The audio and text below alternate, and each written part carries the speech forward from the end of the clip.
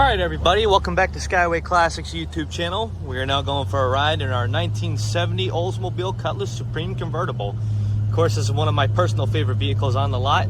Not just saying that because I'm a fan of all GM cars, but in fact, just the way the 1970 Cutlass Supreme's design is just so amazing. Anyway, going to the one we have here featuring a full-on white exterior. As you do see, she does have the appropriate style rallies on it, and of course, most of the Oldsmobiles of that time had the matching color of the wheels to the actual car. Other than that, you notice that it does have the up and down dual tail lights. Of course, from 70 to 72, they did have almost an identical body style. Of course, you know, from 72, they had the checkerboard, whereas the 70 had the singles. And of course, 71 had a little bit of a difference.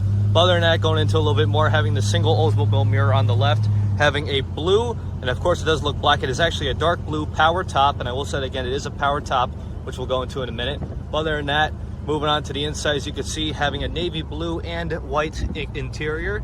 See, it is in very nice low shape there. Of course, most of the time you see the custom Oldsmobile gauges, gas gauge, speedometer, and of course, most of the time you either had the option of a clock, or most people in the 70s decided to put a Sun Pro tack in there. Other than that, you have the base style wheel, which King Cutlass are custom to the Oldsmobile Cutlass Supreme. A lot of times people would put the sportier wheel on it. I personally like the old school wheel and having a working horn. But other than that, looking on the dash, you can see where the old radio was, having a 3 aftermarket gauges to show more accuracy than the old school style lights. As you see, it is an automatic on the floor, the appropriate style Oldsmobile Cutlass Supreme shifter. Other than that, as you may notice, we have a later model added stereo system, which contributes to the rest of our interior there too.